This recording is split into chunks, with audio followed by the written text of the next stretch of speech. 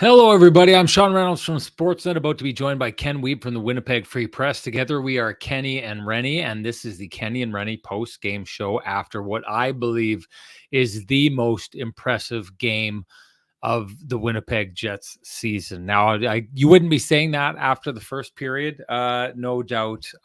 But here's what I think the major importance of that game is. The Winnipeg Jets did to the LA Kings exactly what the LA Kings did to the Winnipeg Jets the last time they saw each other. First period, the Jets were the better team, and then LA just like stepped up and lapped the Jets in the second and third period of that game. Well, that's what we saw on this night here. This was not even close. And you could give the excuse that the LA Kings started to look tired. They did. There's no excuse for that. The Winnipeg Jets were the team that was playing back to back.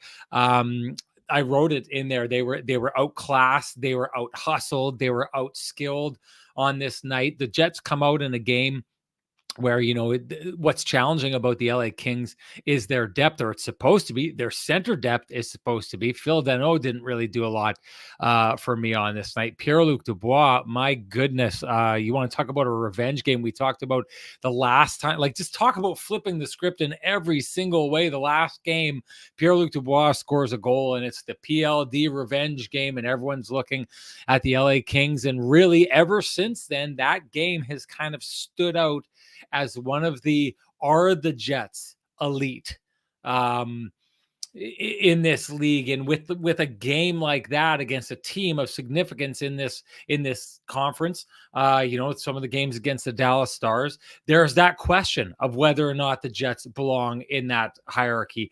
I'll tell you this. The whole tired and wired meme. What's tired is asking, are the Winnipeg Jets elite? It happens every time they get around here. I don't think we should be asking that question. I think the question we should be asking at this stage after that game is, do the Winnipeg Jets have the ability to grind with the best teams in the NHL? Because tonight they outground a team that is supposed to be one of the leaders at doing that in the NHL. The LA Kings don't give up leads. They've only done so in regulation once before so far this season when they've taken the lead in a game. I just take a look at this situation, and I think the Winnipeg Jets are adding one game after another to their arsenal of different ways that they win games, different ways to be like, this is the game we're in. This is how we play that game. This is how we can win that game. And this is interesting, but if you go back to that last Stars game where the Stars basically stopped pushing in the third period, I'd said I didn't like that, and people had said, well, they never scored, and people had a problem with me saying it because they ended up winning the game. If you remember that third period, the Winnipeg Jets were all over the Dallas Stars, and they needed to lean on a really hot goaltender in that game to get through. They did it. It's the second time they did it against the Winnipeg Jets, so I could see how some people would look at that and be like, they've got the Jets right where they want them. I didn't see that, but what I saw from the Winnipeg Jets was say, okay, well, Dallas can do this. Let's go and let's do this a couple times in some games. And I saw them go out and do that then against the Colorado Avalanche, and I saw them go out and do that against the Carolina Hurricanes. So they add that tool to their arsenal. We had that conversation. But to me, this is the interesting part about this is in those games, the reason why they're able to win, the reason why they do so against Carolina, the reason why they do so against the Avalanche is that they're able to defend, but A, not fall out of their structure, but B, really stay on their toes and capitalize on the other team when they have those moments of breakdowns where they start pushing too much. Well, on this night, the Winnipeg Jets caught the LA Kings trying to do exactly what the Jets did to those two teams, exactly what the Dallas Stars had done to the Jets before that.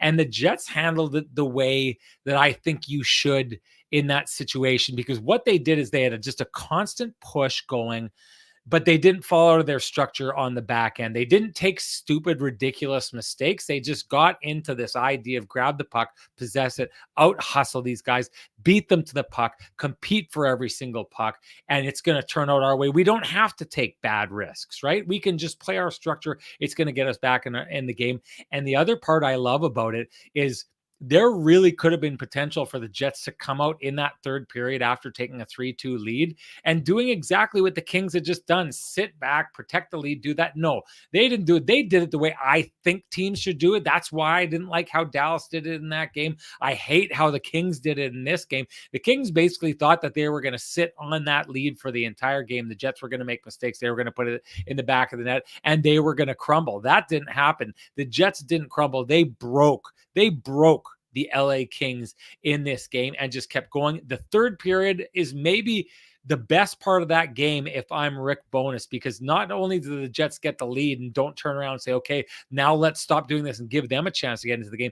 They had this was a wrestling match where they threw the LA Kings in a chokehold, and by the end of the second period, the ref had lifted the arm and dropped it 3 times. And then the Jets kept the chokehold on so that the ref lifted and dropped the arm another 4 or 5 times by the end of that game. This is exactly, I think, how a team should look when it's trying to defend a lead. None of this sitting back, none of this going into a defensive shell, none of this, risking teams shooting and maybe one getting through and redirecting. The Jets went out against an elite team. Never mind are the Jets elite. This is an elite team in the league, and the Jets beat them down on the back end of a back-to-back. This is a redemption tour that they went on this night to go prove that what happened to them at the LA Kings, that was then, this is now. And the Winnipeg Jets, without one of their top scorers, knowing he's not going to be there for a long time, went out and laid a beat down on a team that they were far sharper and far more willing to compete on this night, which I think is the most important thing. And other than that, the most important thing I take from this, Rick Bowness had said, he talked to Kyle Connor and said, we're going to keep winning so that when you get back, we can continue doing what we're doing here. What a message sent by the Winnipeg Jets and Rick Bowness to Kyle Connor, who's sitting at home watching that. This, ladies and gentlemen, was the perfect response to everything the Winnipeg Jets have gone through from the beginning of the season right to the recent situation with Kyle Connor. This, to me, hands down, forget the Florida game, this is the Winnipeg Jets game of the year. That's my take on it. Time to bring in the man with the best music in the business to give his take. Here comes Kenny.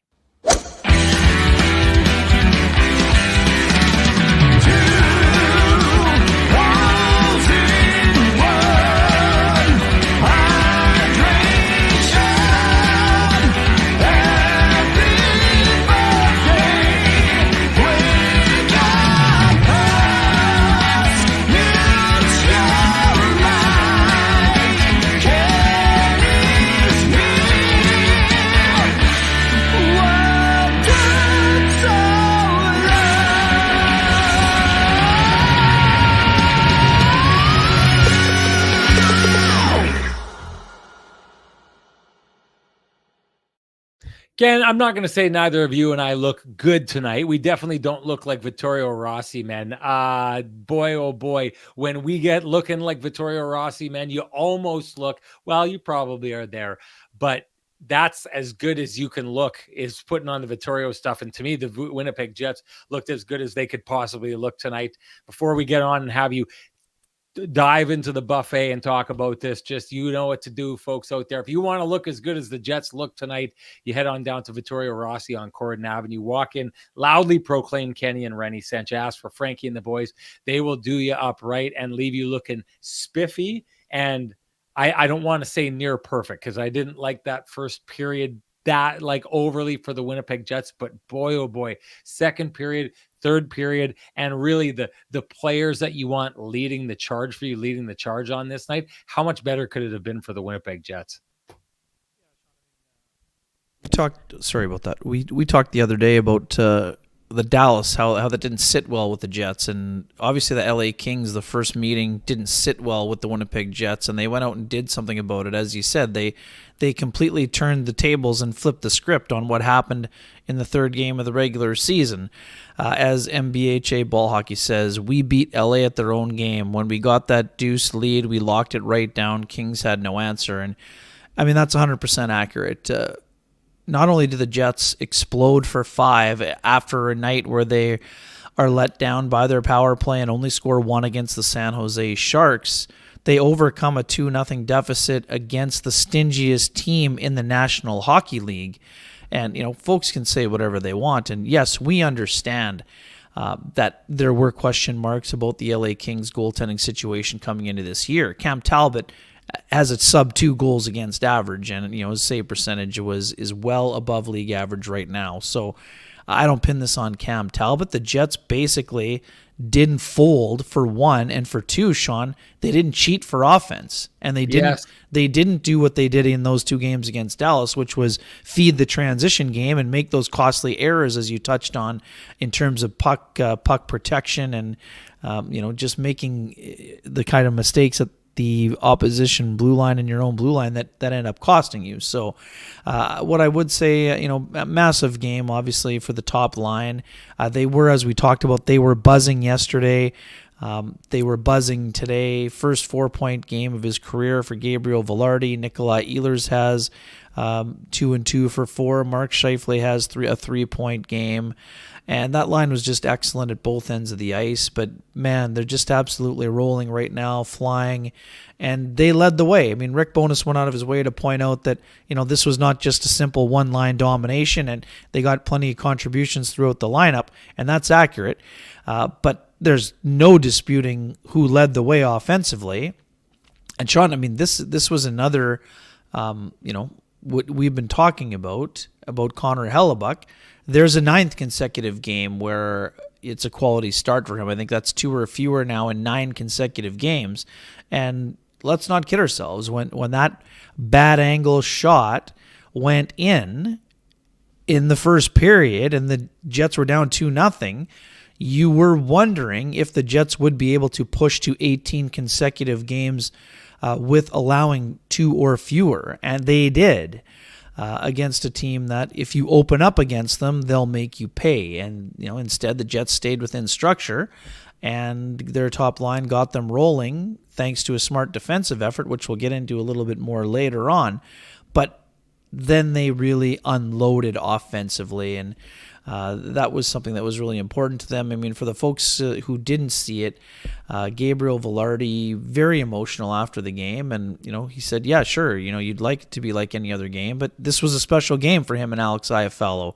Rasmus Kupari obviously wasn't there to be part of it, and he'll have to wait until next season for his return visit to LA, unless there's a playoff meeting, potentially. But man, Vilardi, he was asked his last question.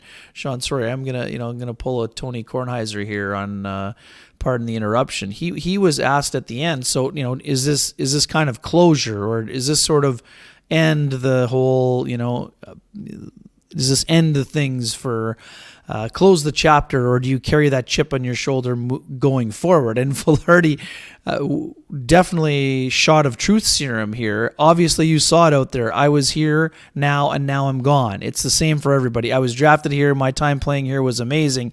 But at the end of the day, they didn't want me, so it doesn't end anything. And I love the honesty. And, again, people can say whatever they want, but I mean, that has to fuel you as a player. And we saw it. I mean, yes, Gabriel Vilardi also said during that interview that he likes to celebrate every time he scores. But, you could tell by the burst on the celebration after that backhand, almost semi-slapper, that this meant a lot to Gabriel Vilardi. You could tell in the fist bumps after the previous plays where he had the 3 primary assists in the second period. This was a special game for him, and he was an absolute force. We talked about it on Sunday, Sean. Gabriel Vilardi's best game of the year had been against the Anaheim Ducks on Sunday, where he got the game winner. Well, he just, 2 games later, he has put that game already in the rearview mirror and come up with a better effort. And the Jets need him to. I mean, we talked about this when the Kyle Connor injury happened. The Jets need that top line to be a dominant force. So they need Gabriel Vilardi to be a guy who would be on pace for 25 to 30 on the season. They need Nikolai Ehlers to be an explosive, dynamic player. And guess what? All of those things happened. But also importantly, they got another important performance in terms of their structure. Their structure didn't break, even though they were kind of pushed against the ropes and had taken some hefty shots to the chin. they were able to regroup and then started to be the ones, as you like to say, of applying the blunt force trauma in terms of their response. So, I mean, pretty impressive all around. I mean, we'll dig into the details, but that's sort of what stuck out for me. You talked about Gabe Vilardi and having the truth serum going on there. I've said this before. I'm always a huge fan of the truth serum, because I think being able to bluntly say the truth is great for accountability, because if you come out and you say what's really happening and you don't end up addressing it, you are basically afraid of accountability. And I've said this in the past. I think the Paul Maurice era was plagued with the idea that the Winnipeg Jets didn't often talk out loud about the truth about what was really going on. And it always goes back to that Canadian division year where they had that slide, and Stastny came out and was basically like, we've been playing terrible for a long time now. We'd been talking about it on the podcast, but based on what the team and its coach had been saying for weeks before that, you never would have known it. To me, the whole idea of Vilardi talking that way, this is another one of the areas that I think that Rick Bowness has permeated this team. And I just wanted to point this out. Kim Sawchuk with an absolute banger of a comment here when she says the Jets have incorporated Bones' system into their very bones. They have bought into structured discipline play. My goodness, is she ever hitting the nail on the head here? But another thing that I think is really kind of soaked into this team, and I think it comes from last year and him calling the team out and them having problems with that. And when those problems happen, I think, Ken, a lot of us thought that maybe Rick Bowness was going to walk away. Nope, he just kept on going, saying the truth. He's saying, maybe I was a little harsh, but I don't take back what I say. So any players who thought he was going to backtrack and leave an opening for them to say, well, you said this, you got it wrong. No, he kept pushing forward.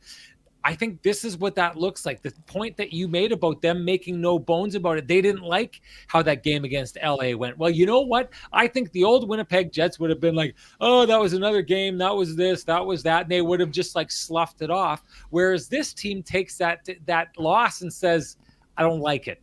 I don't like it one bit. We want another crack at this team. What does that show, Ken? It shows confidence. It shows a team that isn't afraid of holding that grudge or holding on to that game and wanting a redo on it because they think they can win it in the redo. The old team that often would, kind of duck this and say, oh, forget about that game. Oh, I like the way we played when they didn't play well and all that kind of stuff. You've got a team now that can be like, we got owned in that game. We are intent on showing that's not happening again. I think that's how you get this attitude, like Kim Sawchuk is talking about, of this team competing at every single turn. And I'm going to just switch things up here, Ken. I'm jumping right into Johnston Group. Got you covered play of the game. And you know what I'm doing? There's another 2-on-1 that gets broken up exactly like it was last game by Cole Perfetti. Cole Perfetti is not supposed to be the kind of player who can catch people in stride, but he pounces and heads up ice in a situation where Nick Ehlers turns the puck over, and he does the exact same thing as he did the last game. Hey, Cole Perfetti, we know all about him and what he's capable of. He was starting to put points up. He was getting a lot of notice. Well, the points have dried up all of a sudden, but you know what hasn't? His effect on a team winning a hockey game. And this goes back to the bonus system and the compete and how bad these guys want it. So back to back, it's almost the exact same play. But I'll tell you the difference between the two of these, Ken. There's a play on the first goal that the LA Kings turn the puck over and the Jets have men up ice. And the high guy for the LA Kings, not only does he not chase it down, he goes off for a change. Now, it can be argued he's trying to get, the change where he goes in the one door and the far door, the other guy jumps out and he kind of fast forwards up the ice. But when he's going off the ice, he just absolutely dogs it off the ice, which holds his teammate on the bench for an extra second in that situation. And I'm just thinking, you would never see that from the Winnipeg Jets. There's not one player on the Winnipeg Jets that would turn in a situation like that where there's an odd man rush and not be doing whatever he had to do to get back down the ice like Cole Perfetti did in that play there.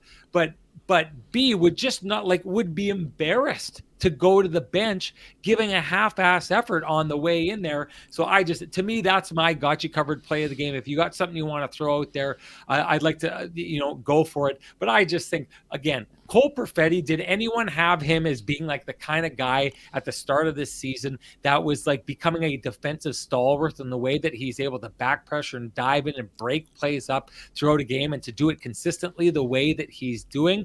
I didn't have it. Again, this is just like Rick Bowness and his coaching staff have shown this team the way. Last year, they turned away from the way. This year, they are completely and totally bought in. Cole Perfetti included, which is why he's got my got you covered play of the game, brought to you by the Johnson Group, the Kenny and Renny OGs. Do you have one, Ken? Yeah, I mean, I had a couple of honorable mentions. Certainly Adam Lowry had a similar back check, breaking up a play. And I just think that based on the circumstances, I really thought that Nate Schmidt's block on the power play late in the game was important too. I mean, for a guy who's battling to get himself back in the regular rotation as the number 6 guy, 2 cross-checking penalties. They scored on the first one. Again, this is another classic example where plus minus can be a deceiving stat. I mean, he's on the ice for that shot by Alex Laferriere, but the shot takes place from below the goal line. So even though that's another example where you're not blaming Nate Schmidt that the goal went in. I mean, that's a shot that, yeah, I understand it's in some ways a perfect shot, but yep. I mean, I understand goalies are taught to go down that way, Sean, but I mean, this is one example where that going down on one knee, whether it's reverse VH or whatever the terminology is, a goalie made himself small. And, if you're standing up and hugging the post, there's no way that goes in, right? So, didn't love the goal, but I mean, for Nate Schmidt to, come back with the fact that he was out there, killing a late penalty, coaching staff still believing in him. I think that's important for him to come through with a block like that. But yeah, I mean, agree. I would say this about Perfetti, Sean. I think one thing we know he's an offensive guy first and foremost. I do think that because of his hockey intelligence, his defensive side is a little bit undervalued. And I think that's something that'll be a club in his bag as he continues to emerge as a player here. Obviously, still a young guy, still finding his way and everything else. But I think that's something that is going to become an even more underrated part of his skill set.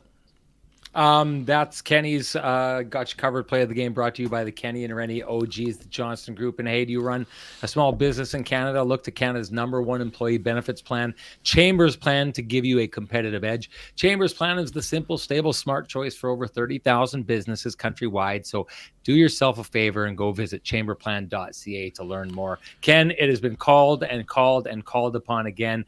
If there was a day that deserves a Sean's Headband version of the Kenny and Renny show, it's a game like this. So let's get at it. Let's make it a Sean's Headband version of the Kenny and Renny show.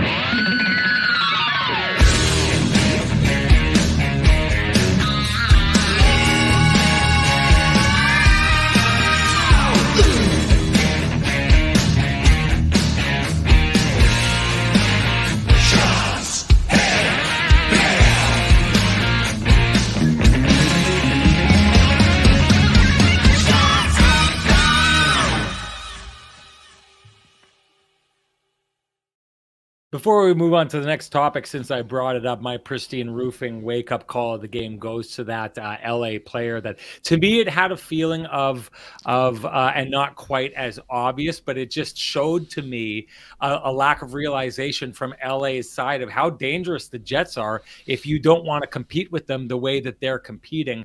I don't know which player it was who made the change, but if you go back and look at that first goal, it is obvious. He just, like, the Jets are heading up ice with numbers and speed, and there's this one guy, the high guy from LA, who you're looking, okay, is he gonna, you're watching to see if he gets back into the play, and instead he lollygags his way over to the bench. That to me is clearly the pristine roofing wake-up call of the game. You know what that means. Time to give North End Rick the wake-up call. He'll come down to your place, check it out. Roofing, siding, exterior needs. He's the guy to call because he represents pristine roofing, and he's the guy who comes out and takes a look, tells you what you need. Give him a wake-up call at 1-204-981-6289 or call Pristine Roofing at 1-204-237-7663. Okay, I just wanted to say something quickly to go back to Sure. not Velarde, to go back to Cole Perfetti.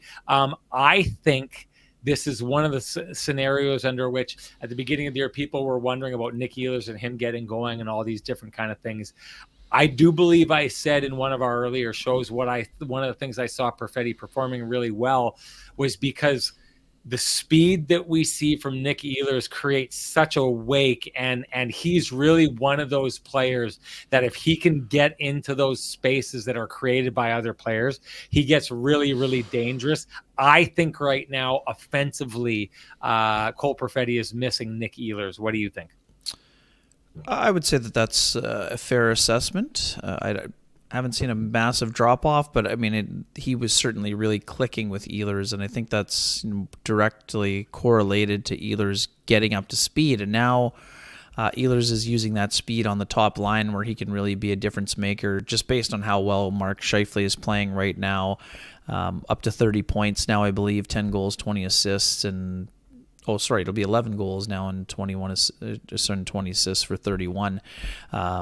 But yeah, and Gabriel Velarde, finding his legs, his hands have been really impressive and on display, and we know that defensive element is something that has really been a nice fit on that line. But yeah, I mean, we've been talking about this, and this is another example where I believe Nino Niederreiter moving up with Cole Perfetti, I've got lots of time for that. I mean, when he got the bump the other night, even though it was momentary, they scored against Colorado in that game, that line when they were together. So I think that that would be something the Jets are going to be considering here. I mean, we talked about the taps kind of being turned off a little bit for Alex Iafallo. And Sean, I kind of wonder, again, just floating theories here.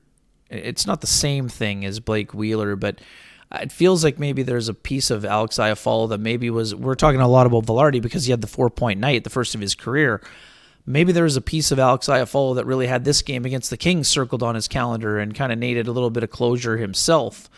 But yeah, I mean, now it's 13 games without a point. I think 1 assist in 15. So I mean, that's a long stretch of time for a guy who kind of came out of the gate pretty hot and really did a nice job in that top line. But I would think there's a possibility we could see a flip-flop at some point. But again, we know that the third line has been cemented as rock solid, and that second line is going to have to pull themselves out of it, not pull themselves out of it, but get themselves going offensively kind of on their own, I guess it would appear.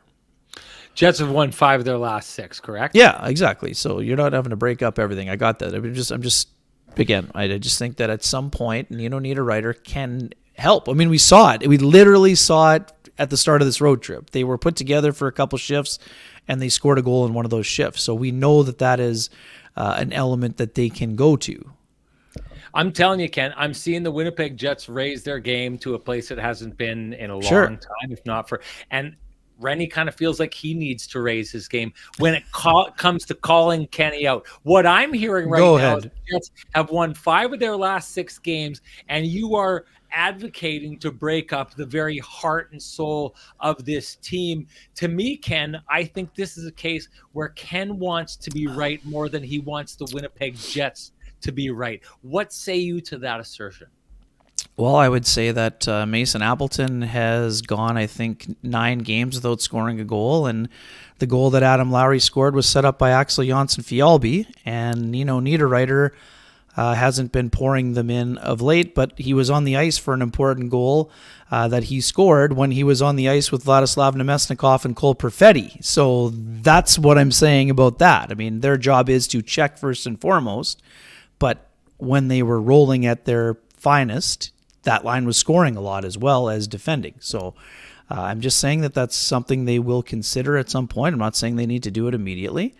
But as mentioned earlier, in a night where the Jets had 1 goal the night before, Nino Niederreiter is a guy that can help a guy like Cole Perfetti. That's what I'm saying. I mean, I'm not saying break them up immediately, but I'm saying that if they have issues with scoring goals, that's a guy who can help them get moving. I think I just wanted to float that theory more than anything. You didn't need to defend You don't say that. I just I wanted to have it. It's okay. Out there. I have a very important receipt. I mean, it didn't come in a text message to you today, but Scotty, he's pretending to be banned here, but texted him during the game at 2-0. I said next goal wins, and he was making fun of me when it was still 2-1.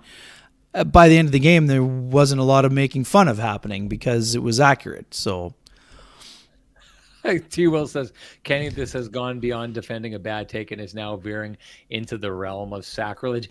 Hey, listen, if hell hasn't frozen over, I don't know what's going on in Winnipeg. We can't get any Winnipeg weather here, but boy, oh boy, T. Will backing Renny is maybe one of the biggest swerves we've seen since Hulk Hogan joined the NWO. Like, this is like the swerve of all swerves on the Kenny and Renny show.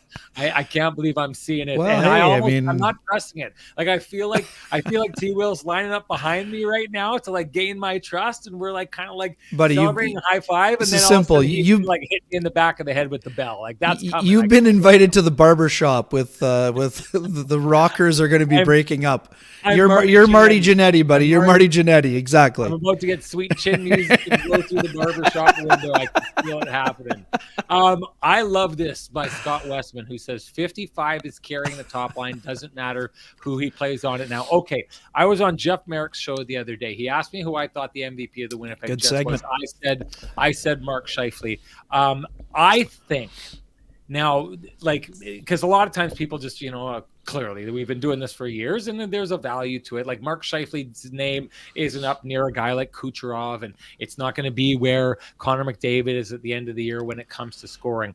But I think the mix of great offense versus great, and there was a couple times, like there was one time he was right in front of the net, and the Kings threw it to the front of the net to create chaos. And it was like a pass to Mark Scheifele, who had it just calmly on his stick and then just skated from like the goal mouth straight out of his defending zone.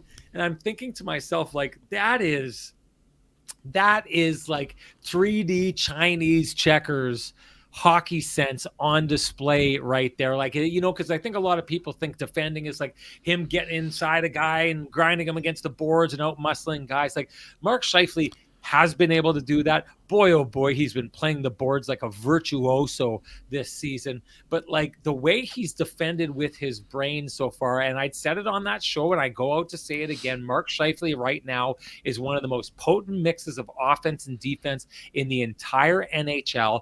I think that what we see from Mark Scheifele on a lot of nights is while Connor McDavid goes out and gets like 5 points in this game and Kucherov goes and does the same thing, and those guys are piling up their scoring.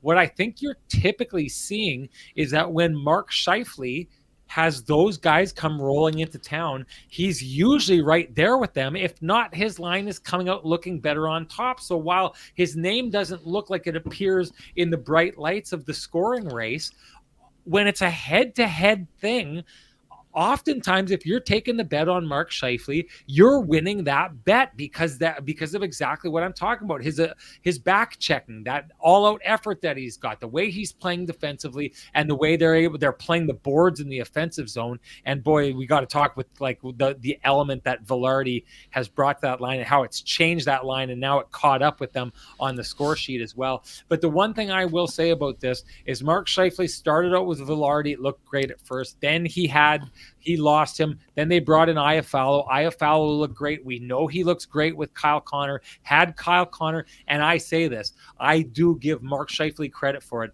Had Kyle Connor on, a potential Rocket Richard winning trophy pace, then you add Nick Ehlers into it, and now Nick Ehlers is starting to look like he's just busting out, and then you get Gabe Vilardi back, and now not only are we talking about Gabe Vilardi looking good, we're talking about Gabe Vilardi, and listen, sample size really small on this, but if even a fraction of what we're seeing from Gabe Vilardi is happening right now, if he sticks with Mark Scheifele, we're probably about to see the best version of Gabe Vilardi we've ever seen before. I want your take on not only Mark Scheifele. We've talked lots about the bounce back. We talked about the points he's getting, his engagement.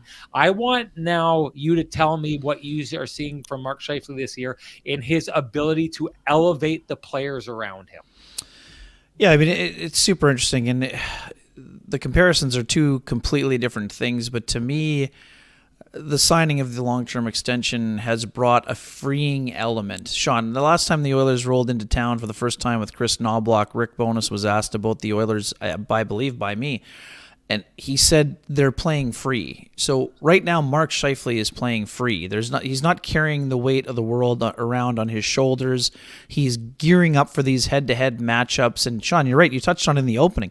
The Kings' depth at center. Well, Mark Scheifele's thinking to himself, even if he doesn't say it publicly, well, how about our centers? And how about me as a number one center? And he's going out and performing on a nightly basis at an incredibly high level.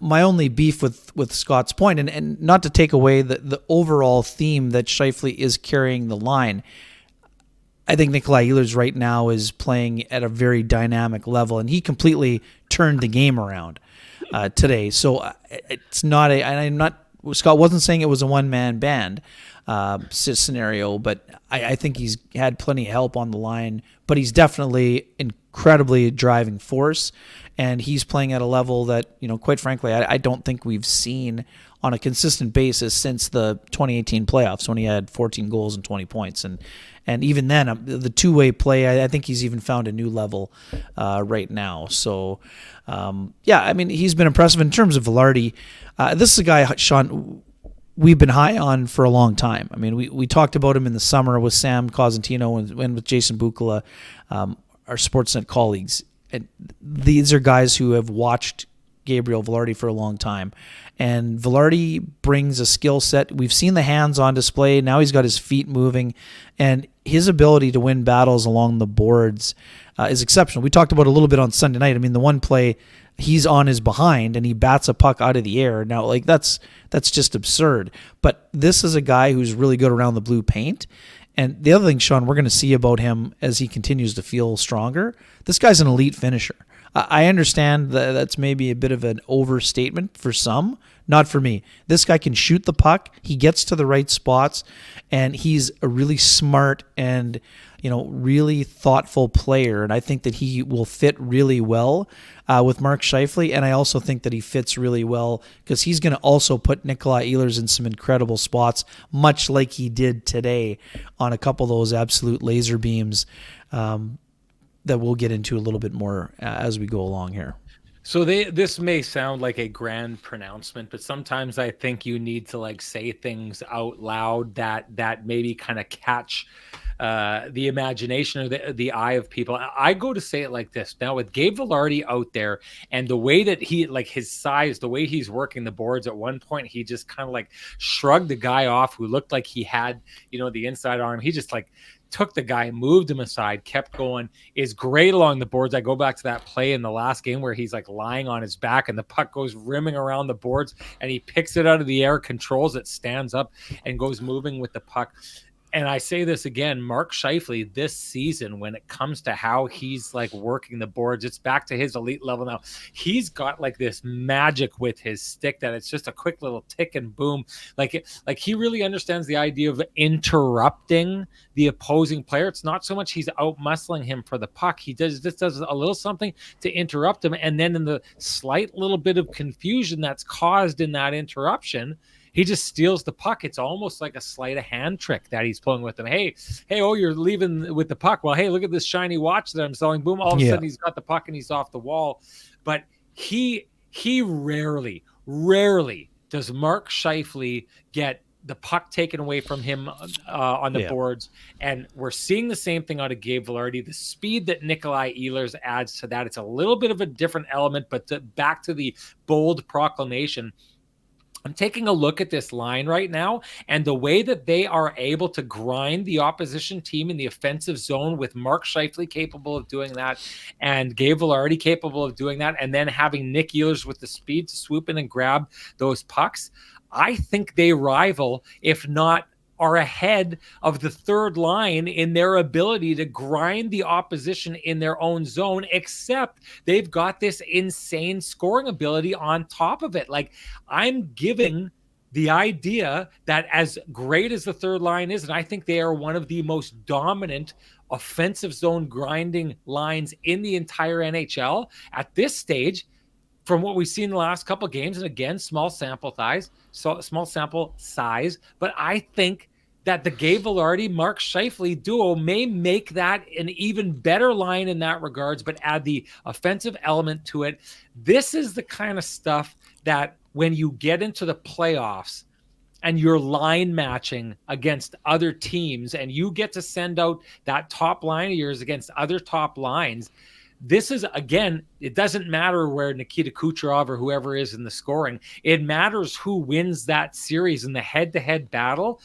It is going to be very hard for the teams in the West and, potentially a team in the East, if they were to get that far, to match that line when they're playing like that. Like, I'm looking at lines and I know that they've been splitting them up a little bit, but that line of Jason Robertson and Rope Hintz, and Pavelski, guys like that, Pavelski in Dallas, this line rivals that. Jack Eichel's line, this rivals that. Now, it's a whole different thing if you're facing Connor McDavid. It's a different kind of ball game, but I'd like to see at this stage. I'm interested where this line lines up. So I just go back to it. Not only is this team great, responsible defensively, works really hard to back check, but I just think the way that, as far as a massive load to handle in the offensive zone, I think they are rivaling the Lowry line, the way they're playing like that, but they've got the scoring touch. This line is potentially something special should they continue on and going from what we've seen and even build on what we've seen from them in a very short amount of time. You bet. And just one quick thing here, Cranley. It's 18 games of allowing 3 or fewer. It's 8 games or 9 games now for Hellebuck of 2 or fewer, I believe. That's the stat, just in case. I don't think I fumbled it earlier, but I may have. So regardless, their team structure has been great. And that top line has been fantastic, Sean. No doubt about it. Now, obviously, too, once Kyle Connor is back in that 6 to 8 week window, and I would imagine that it's closer to after the All-Star break, just depending on the healing powers and everything else, but they'll have a decision to make in terms of what they want to do. And then, there's a long time before that happens. But right now, Nikolai Ehlers was asked to step up and play an important role or an enhanced role, and he's been doing that. Sorry, Julie. Classic. Says, it's classic. I like Velarde. He is crusty and direct in his interviews. Lord knows I like players who are like that. If you're not in on the joke, Julie Sue used to love when Blake Wheeler would shred the likes of Ken Weeb and myself. Oh, easy now. Don't be including me in that. Yeah. Okay. Sorry. I guess one of us was willing to go to war. I don't know. Anyway. Okay, Lamplighter, quickly. I think now that we're talking about that line, okay. No, I just wanted to give a shout out, of course, to our friends at Cambrian Credit Union. Because we're talking about that line and the teamwork that we're seeing from them. We wanted to give a quick shout out to the team at Cambrian Credit Union for answering members' calls in less than 1 minute to having all their advisors available by video from 8 a.m. to 8 p.m. It makes it so easy to be a Cambrian member. It's obvious that the whole team at Cambrian cares about giving you great service. Well done, Cambrian. That was great teamwork from that line there. Okay, you want to move on? You want to do I just think that we're talking about that line, so I just think that instead of coming back to it, let's just give her. For me, it's the first goal by Nikolai Ehlers, not just because of the explosiveness on the shot, but Gabriel Velarde. You talked about Philip Deneau earlier, Sean, and he didn't have his best game. He makes not a bad pass into the slot, but it's more of a good defensive effort. Velarde steals the pass in the slot, then gets moving north the other direction, and then has a great zone entry, then finds Ehlers, who whips by Mikey Anderson and just has an absolute bullet past Cam Talbot to really get the Jets going. And that was an impressive play on all fronts. But everything that you talked about, it's not just offense that these guys can create. It's offense from defensive awareness. And that was another great example of Velarde just super smart and, maybe having some insider knowledge about maybe what Philip Deneau might be looking for in that scenario. But I love there were a lot of impressive candidates today for that lamplighter that the Jets had scored. For me, that's the goal that really gets things going for them, just because of the defensive element that was involved there. And then the explosiveness of Ehlers is just incredibly impressive. You think the Jets got a scouting report tonight to go high glove side? They did it every chance they had. Ehlers, especially, he victimized him going for that top corner tonight. That's where Gabe Velarde's shot went as well. Yeah, I mean that I'm just saying that scouting report wouldn't have been coming from Velarde. Talbot new to the Kings, but I mean it definitely looked like I'm not saying they would definitely know him from his time with the Minnesota Wild and everything else. But let's remember Cam Talbot is one of the guys that I say outdueled Connor Hellebuck in the playoffs. I mean, in when the they bubble got series, out in the best bubble of 3 series by Calgary, it was Cam Talbot. So a little measure of revenge there. Anyways, that's Kenny's TCB Lamplighter of the game. You should share with us your Lamplighter of the game. It's just a suggestion, but if you do, you automatically enter yourself to win a frosty, delicious 8-pack of Lamplighter Amber Ale, brought to you by our friends at TransCanada Brewing Company. If you cannot wait for Kenny and Renny to gift you your own frosty, delicious 8-pack, head on down to TransCanada Brewing Company. You can join them in their tap room where they have just great beers, great food. I was there today. Yes, you were. We're playing table tennis with that. There was there today with Johnny Lou and Fred from TSN and Colin, my camera guy. We had an absolutely great time. Checked in with the people there. They wanted to throw into the efforts that because they heard the last podcast where we wanted to make sure that we recognized our audio issues and what happened with our podcast at the live show was unacceptable. We wanted to do better.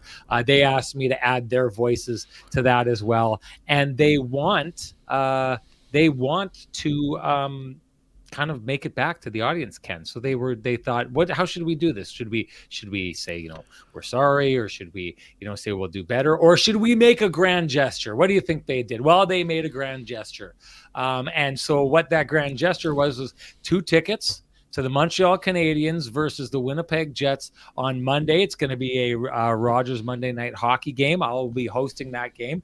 But 2 tickets brought to you by our friends at TCB. And I went off all the people who entered for the Lamplighter last one and made a secondary draw. The winner of that draw is none other than Scott Westman. Scott Westman, you know what to do. Direct message me at SN Sean Reynolds. Leave me your full name because I haven't seen your ID yet. I don't know if you're fooling with me. But Teaspoon Baller, I know you call yourself on Twitter. I need an email in which I can get a hold of you and let me know as soon as you can if you can make it. Because if you can't, we'll redraw and we'll hand it out on the next show. But we want to make sure that someone is heading into those seats because it was very generous of TCB. Absolutely. To throw those in there. So Scott Westman, 2 tickets to the Winnipeg Jets Montreal Canadiens game. Man, the prizes just keep coming on this show. Do we need him to wear a tuxedo? Well, should we bring back tuxedo night for Scott Westman? What do you think about that? I think we should like dress him up in like a robe or something like that, like a bathrobe with like big bear Ric Flair style. Okay, Ric Flair style. Oh, well, that kind of like a Macho Man Randy Savage. There you go. There you go. He walks down. Listen, if he does that, I can guarantee you he will get on the national broadcast for Monday Night Hockey if he can find himself a Macho Man Randy Savage robe. Anyways, that's your thing, Scott. And now to the Lamplighter winner from the last show, and that would be Big Hitter. I don't recognize the name, Ken. I don't know if I've been missing it or not, but Big Hitter. Hey, welcome, Big Hitter. Big Hitter, he, she. I'm not sure either way. They if they're new, boy, oh boy, that's welcome. Luck. You know what you got to do. Direct message me at SN Sean Reynolds. Send me your full name. Send me your email. I will send you a voucher for a frosty, delicious 8-pack of Lamplighter Amber Ale, brought to you by our friends, our great friends, and your friend as well, because they're looking out for you with all the beer they pass out on the show, with the tickets. And Ken, I guess I can spill it. They'll also be giving out another pair of tickets at the next Kenny and Renny event on January 22nd. So you should be joining us at TransCanada Brewing Company at 11290. Look on Eventbrite, January 22nd. Kenny and Renny, you're going to find tickets to that event. We would love to see you there at that time. And we're going to be working. I talked about it with the people at TCB. We kind of wanted to set up a station where the fans could jump in the game as well. So if you're down there and you want to pop in and ask questions on the podcast, that's what we're working towards. So, hey, tickets that get you all the pizza you can eat. By the way, best pizza in the city, and they've got a ton of different kinds. So you get to sample all they have. Your first beers on them. It's a great event. The Kenny and Renny community is absolutely the best. There's free tickets there to a hockey game that you can win. And on top of that, an opportunity to maybe pop up and share your gorgeous mugs with these two ugly mugs on the show. Why would you not want to go? Why would you not want to go to that show? So you know what to do, people. Hop in. It's worth it regardless of any of that. But with all the extra add-ons, you should be there on January 22nd and join Renny, because Ken will be in Boston. Join Renny as the Winnipeg Keep him company. Huge, yeah. I need company, people. Give me some company. Anyways, against the Boston Bruins, that's going to be a big one. So big hitter, you got your thing. You know what to do. Let's move on to the keg save of the game, Ken.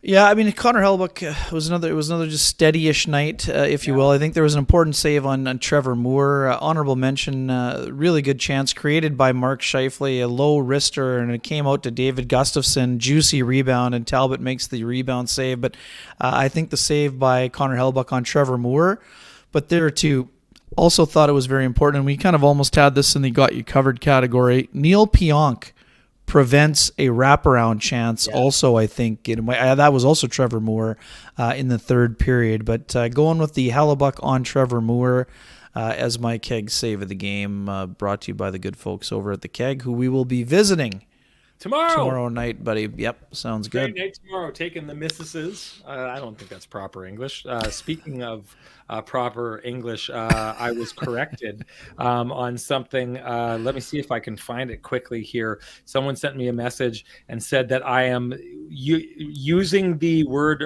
reactionary improperly. A reactionary, how I talk about the Jets playing reactionary. A reactionary is actually a certain type of political person who does not want to see change. Essentially, that's like a boiled down version of it, but it's a very specific thing, and it is not proper English to talk about a team and saying they're going out in that game and they're playing a game of reacting to the other team. The proper terminology is reactive. They are being reactive. So going forward, if you hear me refer to reactionary, I'm not talking about a political state of mind of the Winnipeg Jets. I never intended that. I was just getting it wrong. A lot of times some stuff falls out of your head in a live setting, and it's probably going to happen again. But if I'm saying reactionary, what I do mean is reactive. Let's keep the Jets political. Look at the accountability here. Look at the accountability from our good friends in the chat room. There we go. No doubt. There we go. Holding you to account, no doubt. Anyways, I haven't announced the winner of keg save of the game. You at home should be sharing with us your keg save of the game here, whether it's Pionk, whether you're fine, whether you want to throw a bone to Cam Talbot. I don't know if you want to do that on that night, but one way or another, if you share with us your keg save of the game, you're automatically entered to win I almost did the Frosty Delicious a $50 gift certificate to the Keg. Well, you could use it any of their 3 fine locations in the city, each location finer than the last. And we're going to check it out, Ken, tomorrow, because we're taking the missuses and we're going out for a great Christmas Kenny and Renny meal at the Keg. We're going to enjoy it. You know who else could do that? Pat Rathwell could do it, because Pat Rathwell is the winner from the last show of the Keg save of the game. He shared his save of the game, and now we'll be sharing with him a $50 gift certificate to the Keg, usable at any of their 3 locations in the city, each location finer than the last. Congratulations, Pat Rathwell, a guy who was at the show and we know well. Always argues with me behind the scenes on reffing calls. It's great because he's a former ref who reffed me in when I played senior hockey. Sent you to the sin bin often. You know, deservedly so. My penalty numbers, and I was like, Pat Rothwell, come on! Oh God, that guy. He just every turn. Here he's always Sean blaming someone else for his actions. Come on, people. I mean, I rarely. I'll just say this. Pat Rathwell calls tremendous. Me, and nothing is a call in his world. But boy, oh boy, I think he got them all out of his system when I was playing in games earlier on.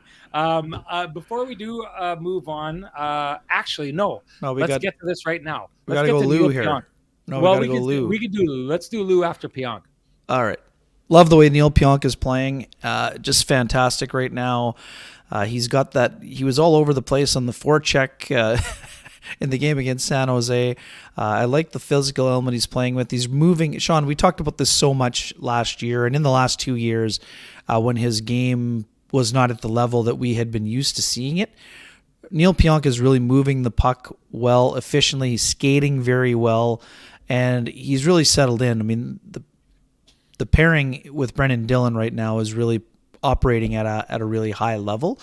And Neil Pionk has just sort of been a little bit under the radar here. We know he's gone through an emotional time this year, and hockey, the rink, has sort of become a little bit of a place where he finds some solace.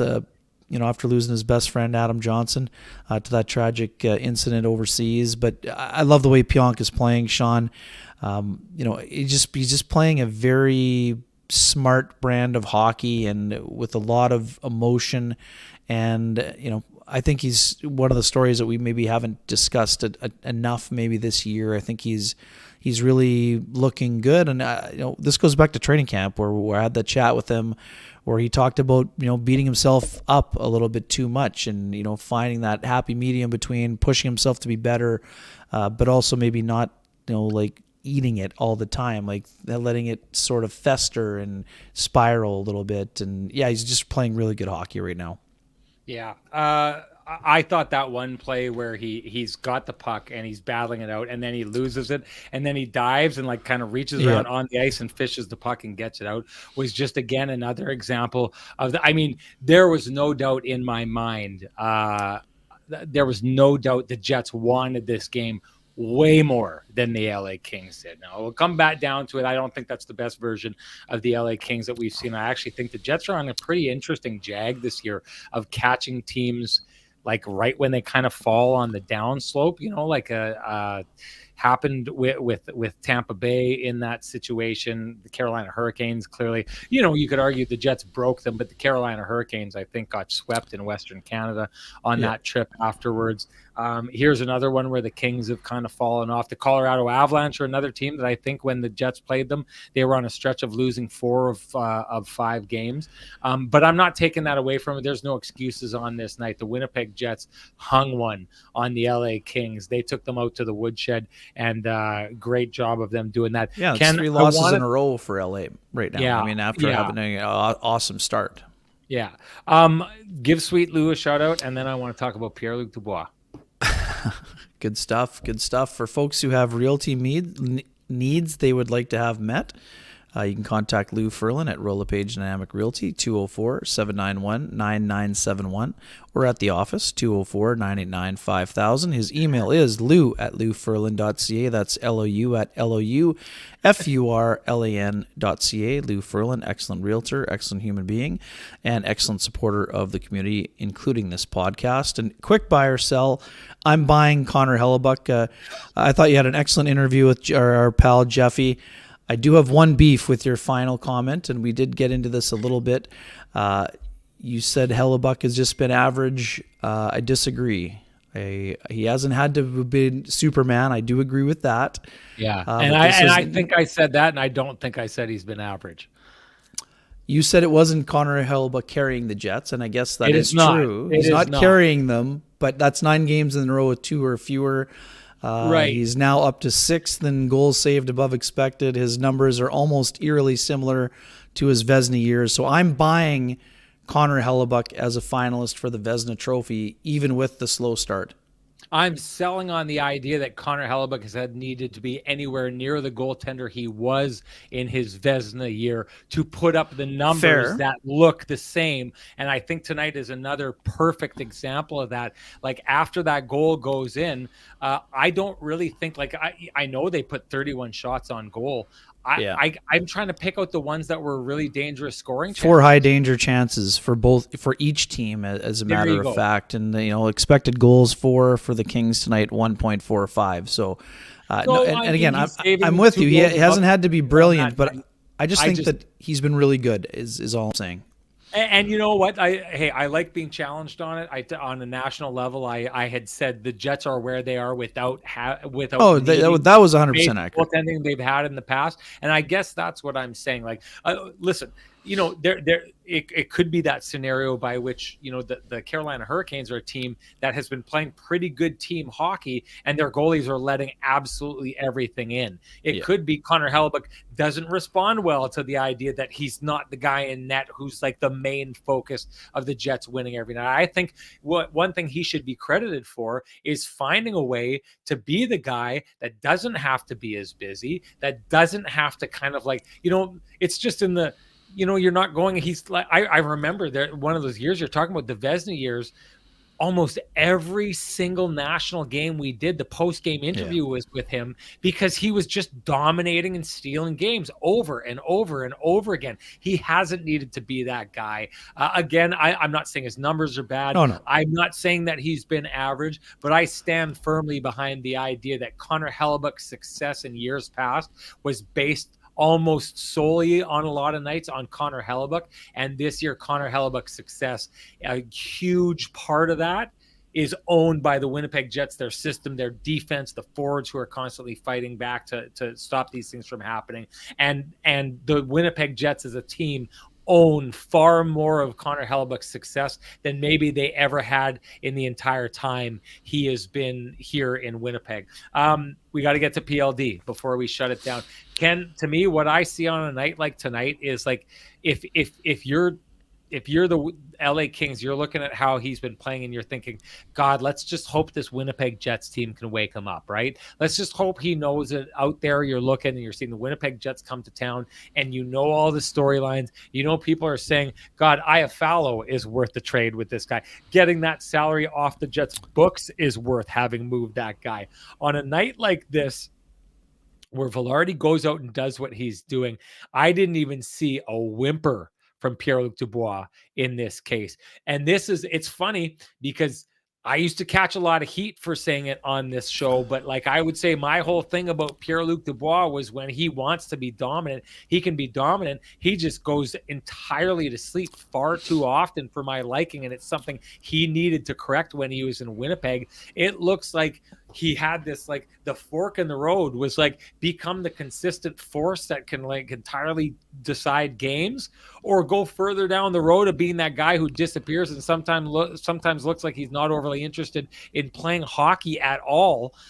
Tonight was the version of that. Like this is exactly the Pierre-Luc Dubois, but maybe even worse, that I was trying to point out on those nights in Winnipeg, where it was like, you need more from this guy. It's not okay for him to disappear 6 games at a time. This is what I saw. You're seeing it again. If there was a certain segment of the Winnipeg Jets population and fan base that saw that and were very frustrated by Pierre-Luc Dubois, if you have any LA Kings friends, give them a call, give them a pat on the shoulder, console them, because they're going through that far worse than you did in the entire time that he was in Winnipeg. What a disaster that is looking like. And again, I'll finish this quickly and say, to me, in the end, how he plays almost doesn't matter. If Pierre-Luc Dubois can be that version that I'm talking about in the playoffs, it'll probably have been worth it for them, because that's what they're looking at, is a guy who can get them over the hump. But holy smokes, at least look like you're interested in getting there before Christmas at some point if you're trying to ramp up your game. Yeah, I mean, we've spent a lot of time, you and I, talking about the struggles of Jonathan Huberdeau, right, with the Calgary Flames. And right now, whether it's systematic fit or whatever else, and we know that Pierre-Luc Dubois was excited to be around LA, right now he is finding his way, and he's obviously struggling. I mean, another assist today, but this is all you need to know about Pierre-Luc Dubois and where he fits with the LA Kings, or how Todd McClellan feels about his play. 13:44 of ice time. I mean, last year at this time, we were talking about Dubois and Scheifele being 1A and 1B. Right now, he's the clear number 3, and he's having trouble finding that engagement level that we're used to seeing on I still call it a regular basis. I can understand if you want to suggest it was morally fairly regular rather than regular basis. But right now, he drew 1 penalty, so we saw that in the game for him, but not overly dangerous. 3 shot attempts, 1 was blocked, 2 missed the net, 1 on the power, might have been 2 on the power play. At 5-on-5, we're just not seeing that guy that was so, we didn't see a lot in terms of hits in terms of the game today. But I'm glad you said what you said at the end, because that was how I was going to close. I understand there's a lot of people piling on, and a lot of that is anger, and that's fine. I'm not telling people how they should feel, but this is an 8-year deal, and Pierre-Luc Dubois was brought in to help the LA Kings when they're going to be facing the Edmonton Oilers in the first round, or if they're going to be facing the Vegas Golden Knights potentially in either the first or second round. And, whoever comes out of the Central, they're going to have a very stacked center position. But right now, whether, we don't know what's happening there. All we know is what's being written about Pierre-Luc Dubois, and we saw 2 games with our own eyes.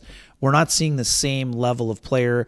I think there is a little bit of a struggle here in terms of maybe getting, Sean, we talked about this. Pierre-Luc Dubois is a guy who was made for Rick Bonus's system. Yeah. I don't know that playing in a 1-3-1 is made for his game. A guy who, has strong skating ability and likes to get involved physically. It seems like Sean, to me, he's kind of caught in between right now. Nothing looks natural. It's not coming to him naturally. But the one thing that you can never change is effort. I mean, effort is something that you can control as a player no matter what system you're playing. Right now, Dubois is struggling. I'm definitely not arguing with anybody about that. I mean, he's not playing at the level he was expected to be at. But, as someone who has spoken on his behalf numerous times in the past, I don't think that we should say after fewer than 30 games that this is not going to work out for Pierre-Luc Dubois in LA. I think that would be a little bit of a foolish way to go. And I understand people want to gloat and say, hey, look at Velarde, he had 4, you had 1, and that's okay. And I understand why people would feel that way. And the Jets are thrilled with the package they got for Dubois. I just think it's a little bit too soon to say that Dubois is not going to make an impact with the LA Kings. That's my personal view. Just before we do go, I like this comment by Top Line Media, who says paying $68 million for a system-dependent player. Woof. This is the thing that I don't get about Pierre-Luc Dubois is to what you said about the effort part of this. Pierre-Luc Dubois is a guy who I just think when he plays at his best is a force of nature. And it's not about him going and, having the right, well, probably it is the right mindset, but, the idea of him needing to, buy into the system and go here and you just got to be in this spot rather than this spot or whatever. Pierre-Luc Dubois is a player that when he wants to grabs the puck and just simply dares you to stop him from getting to the net, because when he gets to top speed, he's a fast player. We all know how strong he is. So it's just a pretty simple equation. Yeah. This much size, this much speed means almost impossible to stop. And what he does when he plays like that is he creates a wake the size of an ocean liner. Yeah. And the thing about the LA Kings is they've got so many players on that team who can capitalize on that. So when I see Pierre-Luc Dubois not playing well, it doesn't make sense to me. It does not compute, because it's not like, well, my timing's off or it's this or it's that. It's simply he's just not choosing to take the puck and dare someone to stop him. To me, Pierre-Luc Dubois probably at his best would play one of the most simple games of any player in the entire NHL. And there's only one thing he needs to do to pull it off. And that's just show up ready to go to war night in and night out. And that's, I think, the thing about Pierre-Luc Dubois that I used to point out on this show when he was a Winnipeg Jet, and that I'll point out probably for a while to come, is that he just does not look like he comes to play on too many nights. I think that frustrates other people around him. I think that it, when you're a team like LA that is entirely dependent on, just out hustling and outworking your opposition, when you've got someone standing out who's got the capability to do it almost better than any of you, except for maybe Anze Kopitar, and you don't do it, I think that stands out like a sore thumb, and I think it has the potential to be like, I guess we'll say this, Ken. I agree with you.